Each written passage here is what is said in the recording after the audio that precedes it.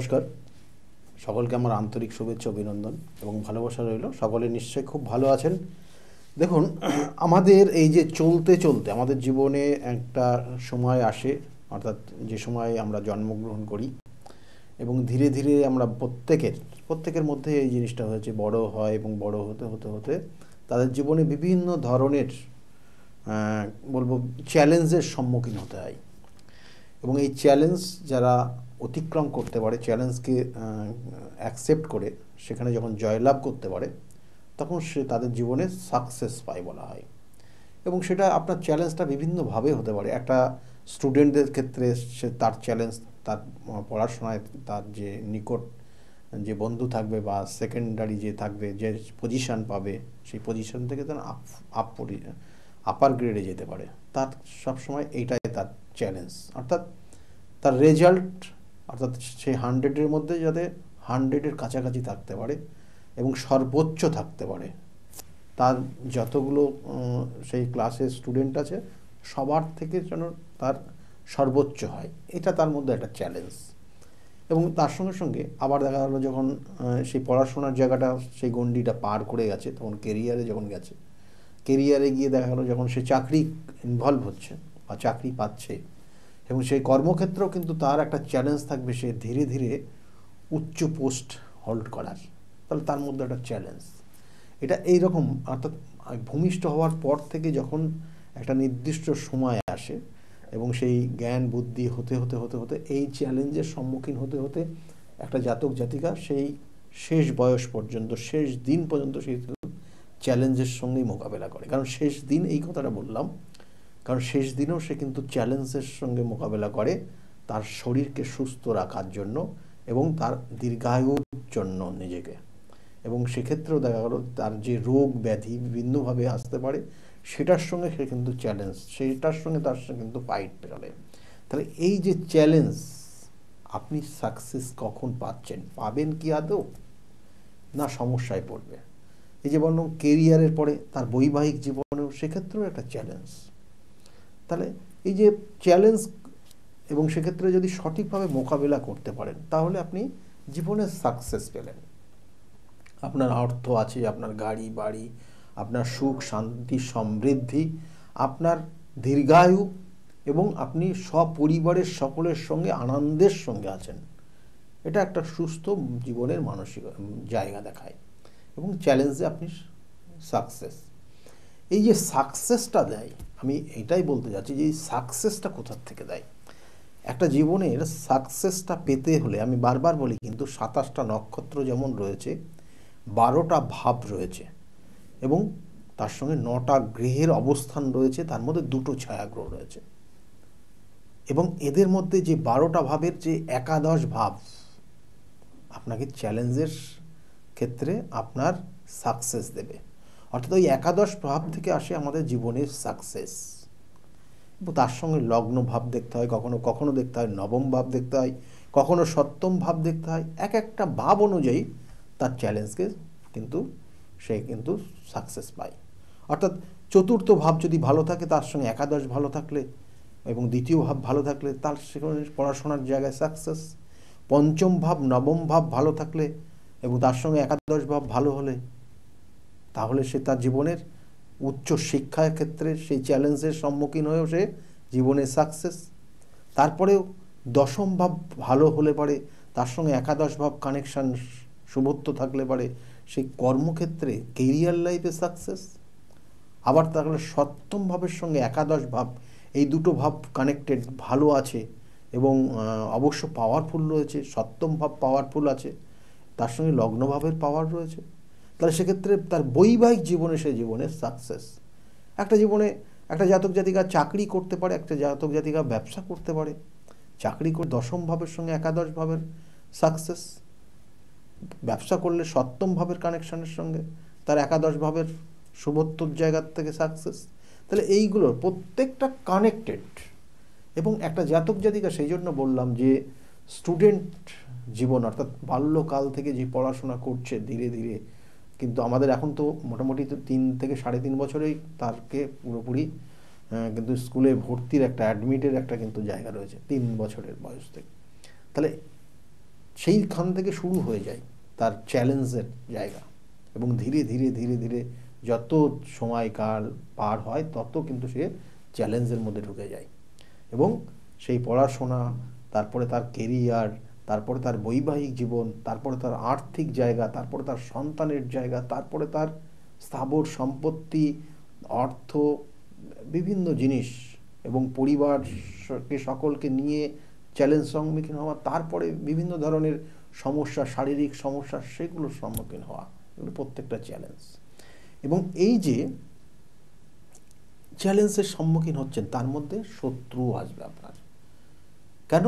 কারণ আপনার দেখবেন যে শত্রুতার জায়গা আমাদের প্রত্যেকের মধ্যেই এই জায়গা রয়েছে, অর্থাৎ ষড়রিপুর একটা কানেকশন রয়েছে।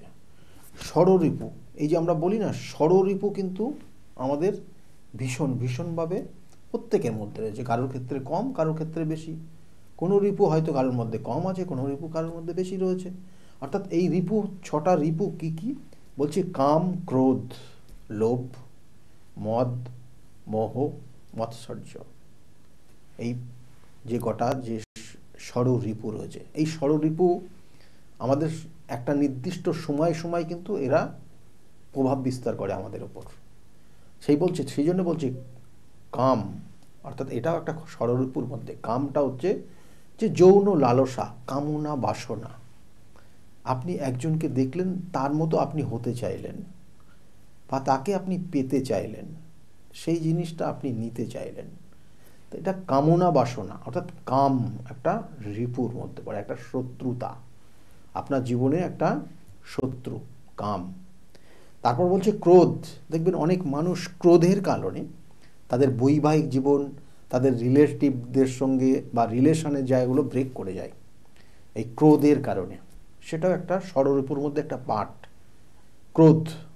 এবং এই ক্রোধ বেশি হয় দেখবেন অনেক জাতক জাতিকাদের মধ্যে, যাদের মঙ্গল খুব পীড়িত হয়ে আছে, মাঙ্গলিক যাদের আছে, অকারণে বিভিন্ন ক্রোধের বিভিন্ন কারণ রয়েছে। দেখবেন যে একজনের সঙ্গে আর একজনের ঠিকমতো বন্ডিং হচ্ছে না। এই বন্ডিং না হওয়া, এটাও কিন্তু একটা জায়গা, এটাও সেখান থেকে একটা ক্রোধ তৈরি হচ্ছে, যে তার ভাষাটা সে বুঝছে না। অর্থাৎ হাজব্যান্ড ওয়াইফের মধ্যেই দেখা গেলো একজনের ভাষা আর একজন বুঝতে পারছে না, বা সেই বডি ল্যাঙ্গুয়েজটা সেটা বুঝতে পারছে না। এগুলো হয় সাধারণত দেখবেন মাঙ্গলিক দোষ যাদের থাকে, সেই মাঙ্গলিক দোষ, মঙ্গল ইনঅ্যাক্টিভ হয়ে গেলে। এবং আমরা বলি না, মাঙ্গলিক দোষ কখন হয়? লগ্ন এবং চতুর্থ, সপ্তম, অষ্টম এবং দ্বাদশে যদি মঙ্গল থাকে, তাহলে এই জাতক জাতিকার মাঙ্গলিক দোষ হয়। এবং দেখবেন কি হয়, হাজব্যান্ড ওয়াইফের মধ্যে একজনের মাঙ্গলিক আছে আর একজনের মাঙ্গলিক নেই, তাহলে একজন আর একজনের ভাষা ঠিকমতো বুঝতে পারবে না। একজন যদি জল খেতে চায়, সে দেখা গেলো জল দেওয়ার মতো তার মধ্যে ভ্রুক্ষেপই নেই। তাহলে এইগুলো কানেক্টেড, এবং এর কারণে তাদের মধ্যে দুজনের মধ্যে বন্ডিং হয় না, একটা সময় ক্রোধ তৈরি হয়। এই ক্রোধ হচ্ছে এক ধরনের ষড়রিপুর একটা পার্ট। এবং এর সঙ্গে সঙ্গে এগুলোর প্রতিকার প্রতিবিধান আছে, অবশ্যই আমি বলবো লাস্টে। এবং এর সঙ্গে সঙ্গে হচ্ছে লোভ, এটা ষড়রিপুর একটা পার্ট, সেটা হচ্ছে তৃতীয় পার্ট। তৃতীয় লোভ, দেখবেন যে একটা জিনিস, অর্থাৎ এই লোভটাও কিন্তু একটা কামনাকে বলা হয়, কামনা। অর্থাৎ ও এই জিনিসটা ব্যবহার করছে, আমিও ওই জিনিসটা চাই, আমি ওই জিনিসটা নিতে চাই, আমি ওই জিনিসটা নেব, বা ও এই জিনিসটা এইটা করছে, আমিও ওটা করব। এটা একটা লোভের কারণ, লোভের বশবর্তী হওয়া।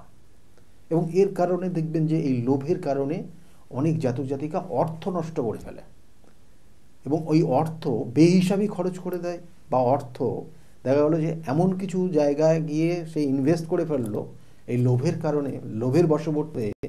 এবং সাধারণত দেখবেন যে শেয়ার মার্কেটে এই জায়গাটার এই প্রভাবটা বেশি দেয়।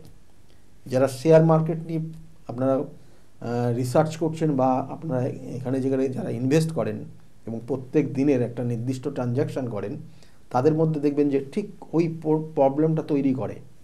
এই বাড়ছে বাড়ছে বাড়ছে, হট করে কমলো, আবার বাড়তে বাড়তে বাড়ছে, এবং তখন আপনার মধ্যে লোভ তৈরি হয়।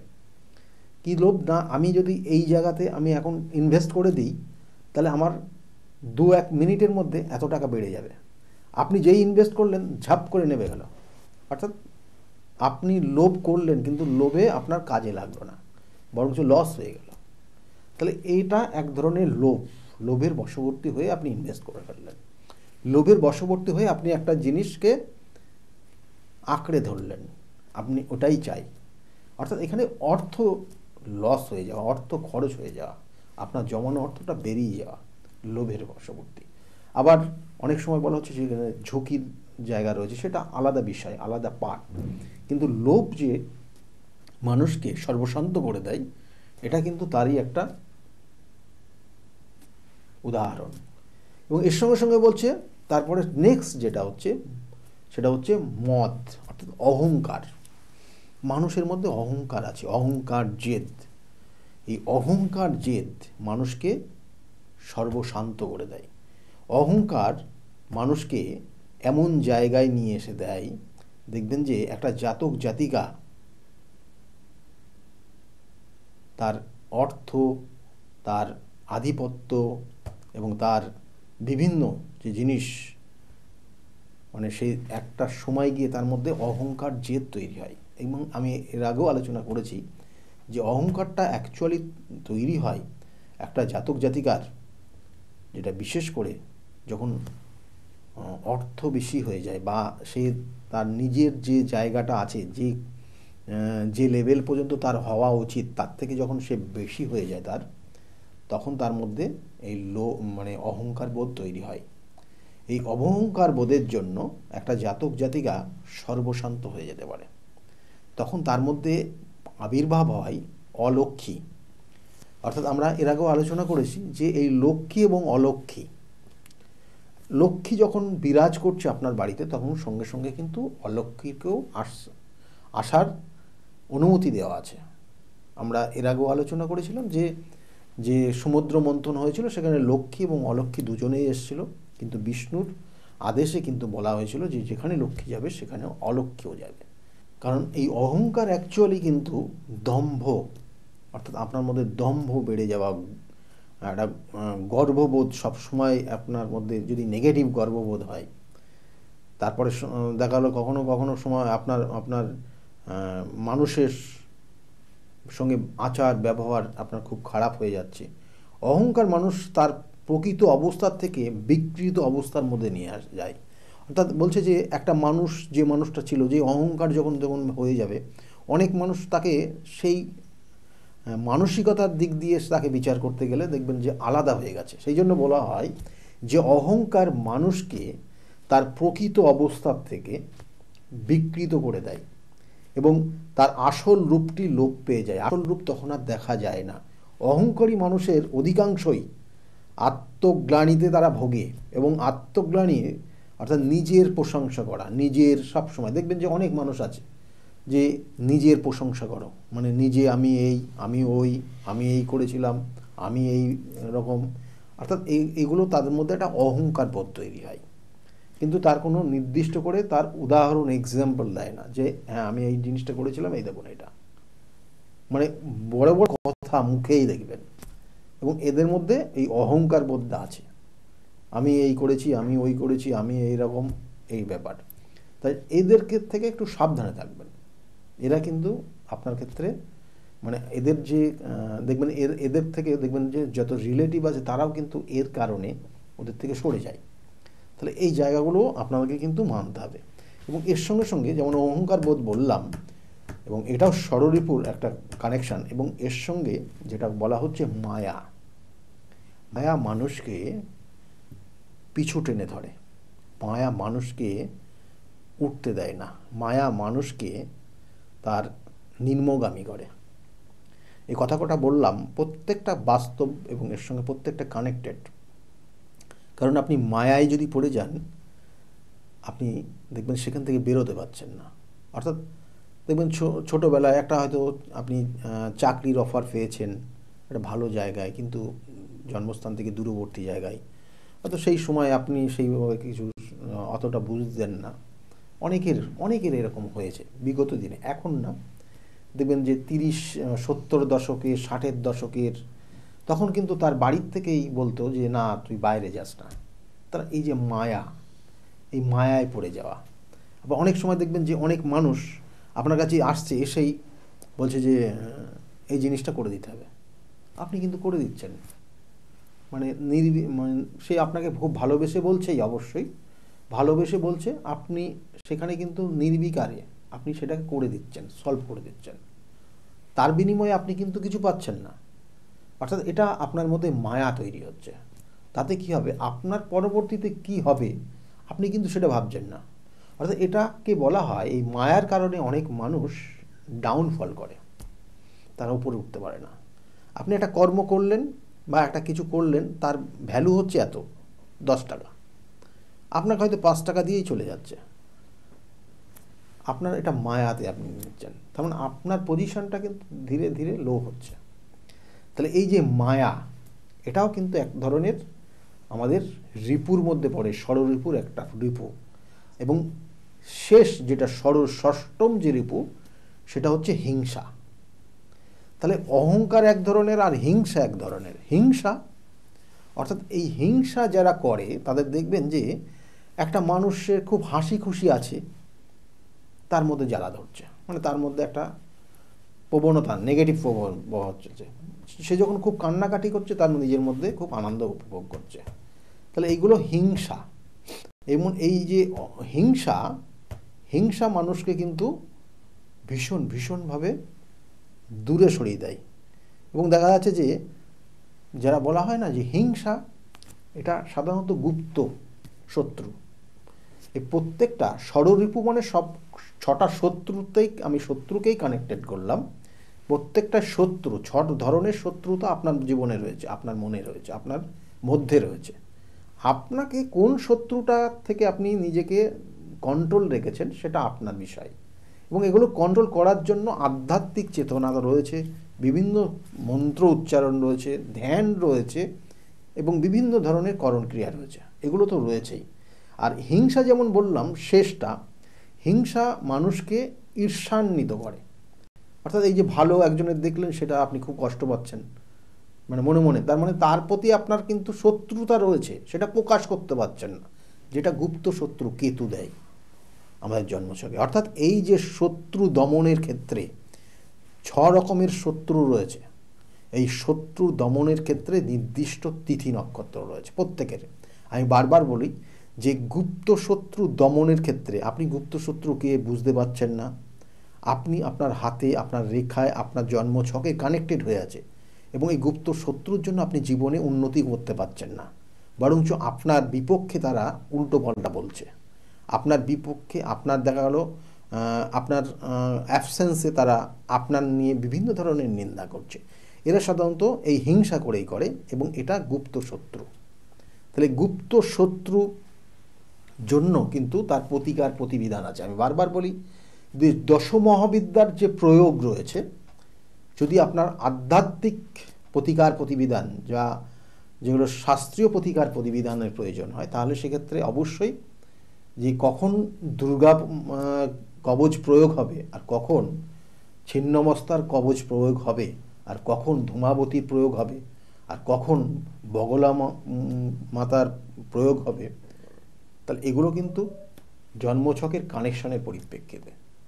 কারণ ছিন্নমস্তার প্রয়োগের ক্ষেত্রে, অর্থাৎ ছিন্নমস্তা আমি এর আগে আলোচনা করেছিলাম যে ছিন্নমস্তার যে আমরা স্ট্রাকচারটা পাই, মূর্তিটা আমরা দেখি মায়ের, সেই মায়ের মূর্তির মাধ্যমে আমরা বোঝাই যেখানে এখানে রাহুর প্রভাব, অর্থাৎ ছিন্নমস্তা হচ্ছে রাহুর ইষ্ট দেবতা।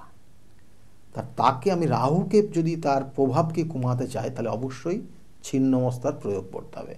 রাহুর প্রয়োগ, রাহুর নেগেটিভ প্রভাব একটা মানুষের মধ্যে যদি বেড়ে যায়, তাহলে সেই মানুষটা কিন্তু নেশার থেকে আসক্ত হয়ে এই 6টা রিপু যেটা বললাম, প্রত্যেকটা রিপু তার মধ্যে কাজ করতে পারে।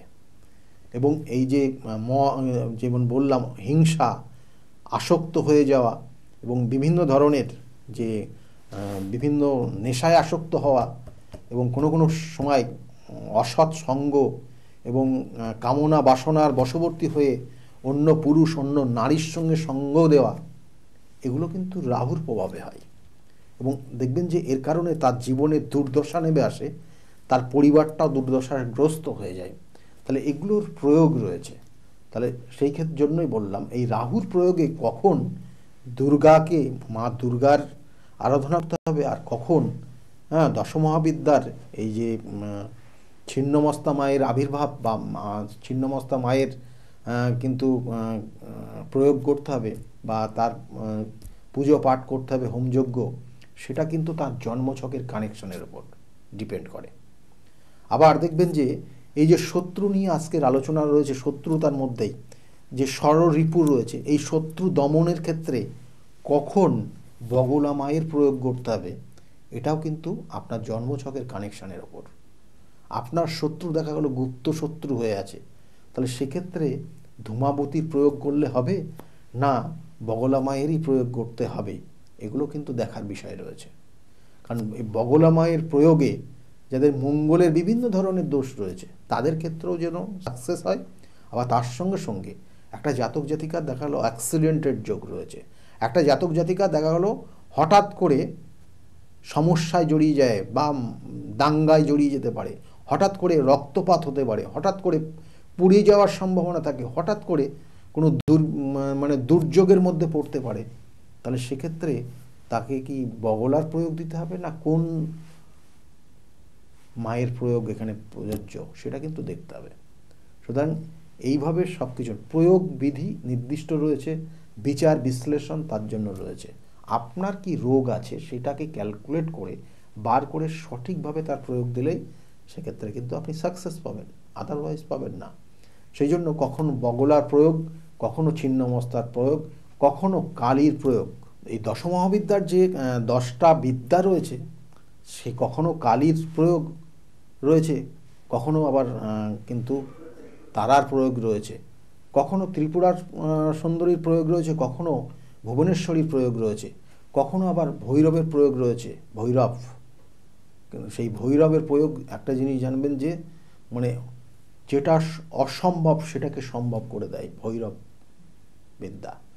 এবং এর সঙ্গে সঙ্গে পরবর্তী যেটা রয়েছে সেটা হচ্ছে ছিন্নমস্তা, অর্থাৎ ছিন্নমস্তার প্রয়োগ হবে কখন ধূমাবতীর প্রয়োগ হবে, আর কখন বগলার প্রয়োগ হবে, কখনো মাতঙ্গিনীর প্রয়োগ হবে, আর কখন কমলা মায়ের প্রয়োগ হবে।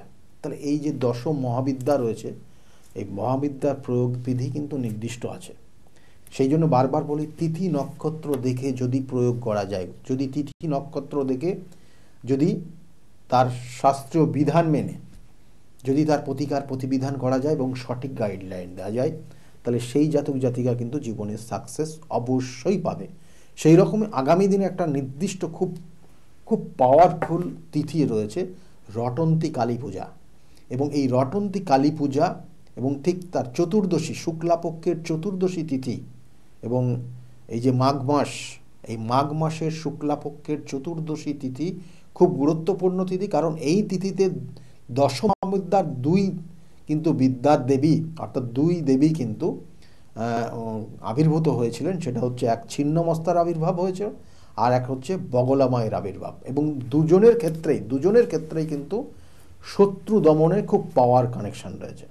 সেই জন্য বগলার দেখা গেল অবাঞ্ছিত সমস্যায় পড়ে গেছেন আপনি, বগলার প্রয়োগ অবশ্যই প্রয়োজন।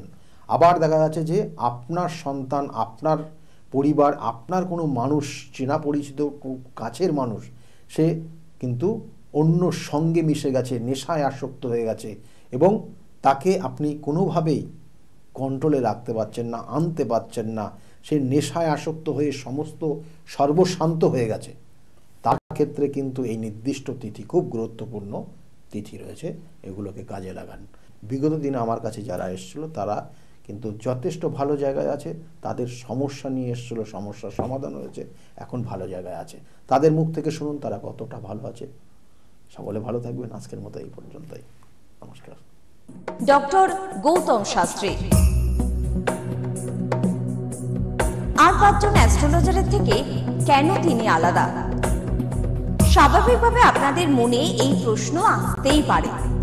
দূর দূরান্ত থেকে নানান সমস্যায় জর্জরিত মানুষ ছুটে আসেন তার কাছে। গ্রহদোষ হোক কিংবা কাল সর্পদোষ, অথবা ধরুন মাঙ্গলিক দোষ কিংবা অন্য যে কোনো সমস্যা, তারা জানেন সব সমস্যা স্থায়ী সমাধানে এক এবং অদ্বিতীয় ডক্টর গৌতম শাস্ত্রী। চলুন আজ আপনাদের সাথে পরিচয় করিয়ে দিই এমন কিছু মানুষের এবং শুনে নিই তাদের কথা। নমস্কার, আমি শর্মিষ্ঠা। আমি দীর্ঘ 5 বছর ধরে গৌতমদার কাছে আসি। আমি যখন প্রথম এখানে এসেছিলাম আমার ব্যবসায় প্রচণ্ডভাবে ক্ষতি হয়েছিল, কোনো উন্নতি ছিল না, নেগেটিভিটি আর ডিপ্রেশন আমাকে ঘিরে ধরেছিল। তো এক আত্মীয়র কথা শুনে আমি এখানে আসি। আসার পর দাদা আমাকে যে অ্যাডভাইসগুলো করেছিল এবং যে উনি ক্রিয়াগুলো আমায় করতে বলেছিল সেগুলো আমি করার পর খুব ভালোভাবে উপকার পাই। ফলে আজ থেকে 5 বছর আগে যে পরিণামটা ছিল ব্যবসার লস, সেই লস থেকে আমি প্রচণ্ড ভালোভাবে রিকভারি শুধু করিনি, আমি সাকসেস পেয়েছি। এরকম অনেক সময় হয়েছে যে দাদা আমাকে বলেছিল যে এগুলো করলে ভালো হবে না বা এটা করো না, আমি না শুনে নিজের মতন করে করেছিলাম, ফলে সেখানেও আমার ক্ষতি হয়েছিল। এই ক্ষতি হওয়ার পর থেকে উনি যখনই আমাকে যা বলে আমি সেইগুলোই আমি শুনে চলি এবং প্রত্যেকটা পদে পদে তার প্রমাণ মেলে সাকসেসের মাধ্যমে। আমার সাকসেস হওয়ার পর আমি আমার বন্ধুদেরও এখানে রেফার করেছি, যাদের পার্সোনাল এবং প্রফেশনাল লাইফে যে সমস্ত প্রবলেম ছিল তারা সেগুলোর থেকে রিকভার করে বেরিয়ে এসছে, খুব উন্নতি লাভ করেছে। এই সমস্ত ঘটনা আমাদের এবং আমার বন্ধু বান্ধবের জীবনে এতটাই একটা পজিটিভ সাইন এনেছে, আমি এবং আমার বন্ধু এবং আমার আত্মীয়রা সবাই আমরা ডক্টর গৌতম শাস্ত্রীর কাছে আমরা সবাই উপকৃত লাভ করি এবং আমরা ডক্টর গৌতম শাস্ত্রীর কাছে অসংখ্য ধন্যবাদ জানাই, উনি আমাদের এত সুন্দরভাবে অ্যাডভাইস করে থাকেন বলে। আপনার নাম কি? আমার নাম পলি দাস। আপনি কবে থেকে আসছেন? আমি 4 বছর হয়ে গেল এখানে আসছি। আচ্ছা, আপনি যে এতদিন ধরে আসছেন, আপনি কোনো কাজ পেয়েছেন? অবশ্যই। হ্যাঁ, প্রথমে আমার মেয়েকে আমি পড়াশোনার ব্যাপারে, ওর যাতে পড়াশোনায় মন আসে এইসব ব্যাপারের জন্য এসেছিলাম। আস্তে আস্তে দেখলাম আমার মেয়ের অনেক ইমপ্রুভ হচ্ছে। তারপর আমি সবাইকে, আমার আশেপাশে বন্ধু বান্ধব আত্মীয় স্বজন যে আছে সবাইকেই বললাম যে দেখো আমার মেয়ে অনেক চেঞ্জ হচ্ছে, মানে ও খুব দুষ্টু ছিল, পড়ায় মন বসতো না, সেগুলো হয়েছে। তারপর থেকে বন্ধু বান্ধব সবাইকে বললাম, সবাই আসলো, সবাই খুব আনন্দ, সবাই খুব খুশি, আমিও তো ভীষণ খুশি। আমার আচ্ছা, আজকের ডেটে দাঁড়িয়ে অ্যাস্ট্রোলজার ডক্টর গৌতম শাস্ত্রীর কাছ থেকে যে আপনি যে স্যাটিসফাই হয়েছেন, তা কতটা আপনি স্যাটিসফাই হয়েছেন? হ্যাঁ, আমি তো মানে সত্যিকারেরই মন থেকে বলছি, মানে পুরোটাই আমি আমার মানে যতটা আমি চেয়েছিলাম, বেশি তো মানে কম বললে ভুল হবে, বেশি হয়েছে, বরং আমার আনন্দের জায়গাটা এতটাই বেশি হয়ে গেছে। তার মানে আপনি পুরোপুরি স্যাটিসফাই, তাই তো? আমার নাম অনুপ চন্দ্র। আমি স্যারের কাছে লাস্ট 3 বছর ধরে আসছি। আমি প্রথমবার আমি স্যারের যোগাযোগ পাই কোনো বন্ধুর মাধ্যমে। তারপরে আমি আবার স্যারের কাছে আসি। তারপরে আমি বিজনেস রিলেটেড সাথে সাথে কিছু ডিসকাস করি, দিয়ে আস্তে আস্তে আমার সব প্রবলেম সলভ হয়ে যায়। এখন আমি বিজনেস একটা ভালো জায়গায় দাঁড়িয়ে আছি। আমি সবাইকে একটা অনুরোধ করবো কি আপনারা স্যারের কাছে একবার আসুন, নিজের প্রবলেমগুলো জানুন, সলিউশনগুলো জানুন। আশা করি একটু টাইম লাগবে কিন্তু সব প্রবলেমের সলিউশন পেয়ে যাবে। ধন্যবাদ। নমস্কার, আমি সুমন কুমার। আমি বজবজ থেকে এসেছি এখানে। আমি গৌতমবাবুর সঙ্গে মোটামুটি 2 বছর ধরে পরিচিত আছি। আর ওনার সঙ্গে পরিচয় হওয়ার পর আমার অনেকগুলো সমস্যা ছিল যে আস্তে আস্তে ঠিক হয়েছে, আর কটা সমস্যা এবং আছে সেটাও মোটামুটি ঠিকঠাক পথে যাচ্ছি আমি। আর আজকে আমি এই অনুষ্ঠানে এখানে কাজাপাড়ায় এখানে এসেছি। আমি এখানে এসে পুজোতে সম্মিলিত হলাম, আর খুব ভালো লেগেছে। আর আশা করি আমার যেগুলো সমস্যা আছে সেগুলো মিটে যাবে। আর খুব ভালো লেগেছে এখানে এসে। আর গৌতমবাবুকে ধন্যবাদ জানাচ্ছি। আমার নাম রাকেশ মণ্ডল, গ্রাম ডবলপোতা। এই দাদার কাছে এসেছিলাম, অনেক প্রবলেম ছিল, সেই প্রবলেম কিছুটা সলভ হচ্ছে এবং হবে। এই অমাবস্যার দিন এই যজ্ঞ হচ্ছে, অনেক দূর দূর থেকে মানুষজন আসছে, কাজ হচ্ছে বলে সবাই তো আসছে, আমিও এসছি, আবারও আসবো। নমস্কার, আমি জয়িতা গুহু। আমি গত এপ্রিল মাস থেকে খুব সমস্যায় পড়েছিলাম। আমার কাজের দিক থেকে সমস্যা ছিল, বসের সাথে এবং পারিপার্শ্বিক আমার যে কলিগরা ছিল তাদের সাথে খুবই সমস্যায় জর্জরিত হয়েছিলাম। তো তারপরে সেই কাজটা আমি আর অবশেষে টিকিয়ে রাখতে পারিনি, সেটা আমাকে বাধ্য হয়েছিলাম আমি সেটা ছেড়ে দিতে। তারপরে একটা খুব আর্থিক দিক থেকে খুব ভেঙে পড়েছিলাম। তো সেই সমস্যায় জর্জরিত হয়ে বুঝতে পারছিলাম না কি করব। তো হঠাৎ একদিন টিভিতে প্রোগ্রাম দেখি ডক্টর গৌতম শাস্ত্রী, ওনার কথাবার্তা, ওনার যে উপাচারগুলো রয়েছে যেগুলো উনি বলেন প্রতিকার, সেগুলো শুনে আমার খুব ভালো লেগেছিল। তো ওনার সাথে এসে দেখা করি, আমার সমস্ত কথাবার্তা ওনার সাথে শেয়ার করি, প্রবলেমগুলো। তারপর উনি আমাকে দেখে আমাকে কিছু বলেন আমার ব্যাপারে, তো সেগুলো একদম হুবহু মিলে যায়। তো তারপরে উনি আমাকে রেমেডি সাজেস্ট করেন, তো আমি সেই রেমেডিটা নিই, আমি ধারণ করেছি। তো ধারণ করার পর আমি আস্তে আস্তে নিজের মধ্যে একটা চেঞ্জ দেখতে থাকি। তো এবং আমি গত আগস্টের 27 তারিখে একটা জব পেয়েছি যেটা আমার মনের মতো। এখানে আমার ডেজিগনেশন, আমার স্যালারি, আমার মনের মতো লোকেশন আমি এখানে পেয়েছি, মানে এটাতে আমি বিশেষভাবে আপ্লুত। তো সেই জন্য অসংখ্য ধন্যবাদ ডক্টর গৌতম শাস্ত্রীকে। নমস্কার, আমি পিয়ালি মণ্ডল বলছি। আমি গত ছ মাস ধরে খুব সমস্যার মধ্যে ছিলাম, এত সমস্যার মধ্যে ছিলাম যে আমি কি করবো ঠিক করতে পারছিলাম, ভীষণ ডিপ্রেশনের মধ্যে চলে গেছিলাম। তো এই সময় আমার এক ফ্রেন্ড ডক্টর গৌতম শাস্ত্রীর কথা বললেন যে ওনার কাছে যেতে পারিস, ওনার কাছে গেলে তো সমস্যাগুলো হয়তো সমাধান উনি করে দিতে পারে। তো আমি ওর ফ্রেন্ডের কথা অনুযায়ী একদিন ডক্টর গৌতম শাস্ত্রীর কাছে এলাম। ডক্টর গৌতম শাস্ত্রীর কাছে আসার পরে তো আমার সমস্যাগুলো বলার আগে উনি দেখে আমাকে আমার সমস্যাগুলো সব বলে দিল যে কী হবে, কী হচ্ছে না হচ্ছে, আমি কিসের জন্য এত সমস্যার মধ্যে রয়েছি। তো উনি বললো যে সঠিকভাবে যদি একটি রেমেডি ধারণ করা যায় তাহলে হয়তো সমস্যার সমাধানগুলো হতে পারে। তো আমি ওনার কথাই অনুযায়ী সঠিক রেমেডি ধারণ করলাম। রেমেডি ধারণ করার পরে দেখলাম যে আমার সমস্যাগুলো আস্তে আস্তে সমাধান হয়ে যাচ্ছে। তো আমরা এখন আগের থেকে অনেক ভালো আছি, ভীষণ ভালো আছি, ভীষণ ভালো রাখছি, পরিবারও সবাই ভালো আছে। আমার যে সমস্যাগুলো হচ্ছিল সেগুলো আর হচ্ছিল না। তো উনি আমার অনেক উপকার করেছেন, গৌতম শাস্ত্রী, ডক্টর গৌতম শাস্ত্রী আমার অনেক উপকার করেছেন। তো আমি চাইবো যে আপনারাও আসুন, আপনারা এসেও আপনাদের সমস্যাগুলো বলুন যে আপনাদের কী কী সমস্যা হচ্ছে না হচ্ছে, যাতে আপনাদের পাশেও উনি দাঁড়াতে পারে, আপনাদের সমস্যাগুলো যাতে উনি সমাধান করতে পারে। আমি চাইবো যে আগামী দিনগুলোতেও ডক্টর গৌতম শাস্ত্রী যেন আমার পাশে এরকমভাবে থাকে, আমার সমস্যাগুলো যেন সমাধান করতে পারে। আমি আর অসংখ্য অসংখ্য অসংখ্য ধন্যবাদ জানাই ডক্টর গৌতম শাস্ত্রীকে যে উনি এইভাবে আমার পাশে থেকেছেন, আমাকে একটা সমস্যার সমাধান করেছেন। তো অসংখ্য অসংখ্য অসংখ্য ধন্যবাদ। নমস্কার, আমি মেলিনা থমাস। আমি গত 1 মাস আগে থেকে ডিপ্রেশনে ভুগছিলাম এবং আমার অনেক রকম সমস্যা দেখা দিচ্ছিল। আমি আমার মায়ের থ্রু থেকে জানতে পারি ডক্টর গৌতম শাস্ত্রীর কথা এবং আমি সেখানে আমার প্রবলেমগুলো নিয়ে আসি এবং তার কথা মতো আমি প্রতিকারগুলো করি এবং সেই কথা মতো আমি চলতে থাকি। এখন আমার কাছে অনেক জবের অপরচুনিটিস আসছে এবং আমার আগের যে সমস্যাগুলো ছিল সেগুলোও গেছে। আমি সিলেকশন করছি কোন জবটা করব এবং যে কোনো একটা জব আমি সিলেক্ট করব এবং আগেও আমি ডক্টর গৌতম শাস্ত্রীকে অনেক ধন্যবাদ জানাচ্ছি এই আমাকে এত কিছু করে দেওয়ার জন্য।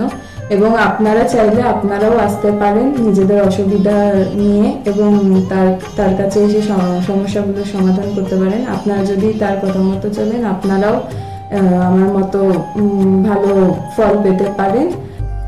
আমি কস্তুরী সরকার, আমি কাঁচরাপাড়া থেকে আসছি। আমাকে মা ক্লাস 12-এ ডক্টর গৌতম শাস্ত্রীর কাছে নিয়ে আসে। তো সেখানে আসার পর আমাকে ডক্টর গৌতম শাস্ত্রী কিছু রেমেডি দেন, তো আমার খুব সাহায্য হয় তাতে। তারপর আমার পড়াশোনা কমপ্লিট করার পর কাকু বলেন যে আমাকে গ্র্যাজুয়েশন আর ITI করার জন্য। তো সেখানে করে আমি ভালো ফল পেয়েছি। তারপর আমার চাকরি লাইনে আসা, তো ডক্টর গৌতম শাস্ত্রী বলেন যে আমি এই মাসের মধ্যে একটা ভালো চাকরি পাবো। তো সেটা 1 মাসের আগেই আমি পেয়ে গেছি। তো আজকে সেটাই জানাতে এসেছি কাকুকে যে আমি চাকরি পেয়েছি। তো আপনারাও যদি আসতে চান, ভালো ফল পেতে চান, কাকুর সাহায্য পেতে চান, তো আপনারাও আসুন। আশা করি আপনারাও ভালো ফল পাবেন এবং সাহায্য পাবেন। নমস্কার।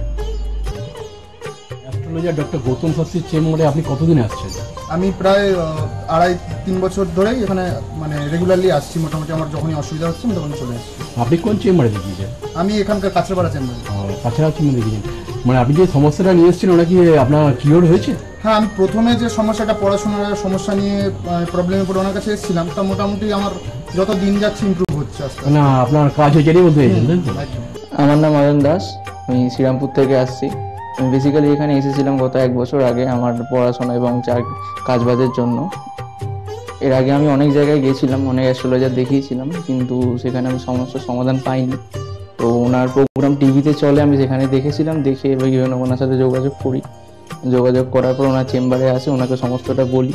তো বলার পর আস্তে আস্তে অনেকটা আমি উপকৃত হয়েছি কিছুটা আমার যেমন অবস্থাটা খারাপ হয়ে গেছে যতটা, তার থেকে অনেকটাই বেটার আছি।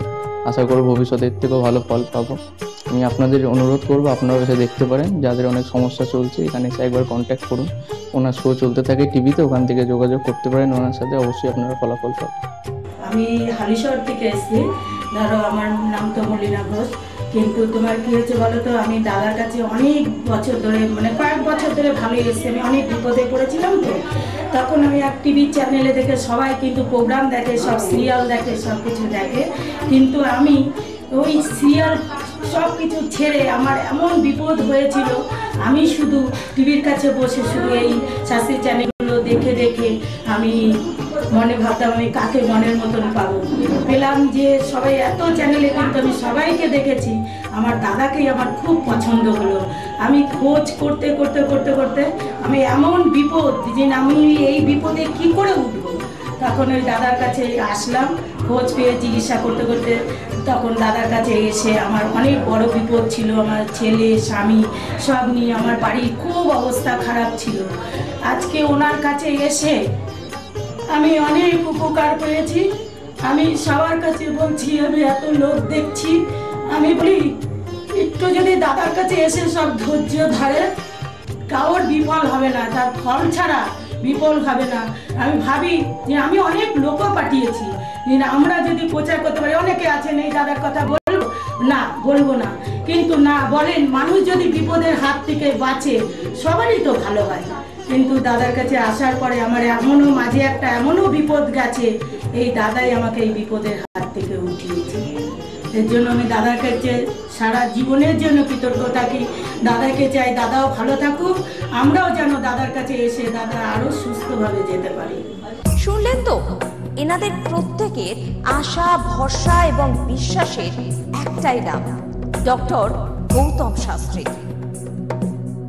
যার সম্পর্কে আমরা এত কিছু শুনলাম। চলুন এবার দেখে নিই তিনি কি বলছেন।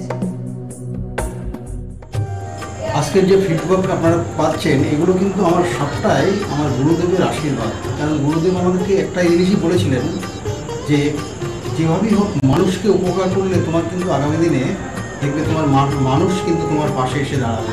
এবং সেইভাবেই আমি কিন্তু যেভাবে সকলের উপকার বা আমি যতটা কাজ করছি সকলে উপকৃত হচ্ছে, এবং এর জন্য আমিও কিন্তু খুব আনন্দ পাই যখন তারা বলে যে না দাদা, আমি আপনার এই কারণে এই জন্য এসেছিলাম, এই কাজটা আমি পেয়ে গেছি। সুতরাং আমিও চাই যে এইভাবে মানুষের পাশে থেকে মানুষকে সহযোগিতা করে মানুষকে আরও ভালো জায়গায় পৌঁছে দেওয়া। যাদের খুব দুঃখের মধ্যে, কষ্টের মধ্যে আছে, তাদেরকে কিছুটা গাইড করে তারা যদি আরও ভালো জায়গায় যেতে পারি এবং ভালো জায়গায় তাদেরকে যদি নিয়ে যেতে পারি, এটাই হচ্ছে আমার মেন উদ্দেশ্য। তারা যদি আরও ভালো জায়গায় যেতে পারে, সেখান থেকে যে আনন্দ উপভোগ করতে পারবো আমি, সেটা কিন্তু চিরস্থায়ী থেকে যাবে। তাহলে আর দেরি কেন, চটপট ফোন করুন 9836410969 অথবা 8335805241 এই নাম্বারে। শুধুমাত্র একটি ফোন, যা পাল্টে দিতে পারে আপনার গোটা জীবন। জ্যোতিষবিদ, বাস্তুবিদ, হস্তরেখা বিশারদ ও gold medallist doctor Gautam Shastri, এক এবং অদ্বিতীয়।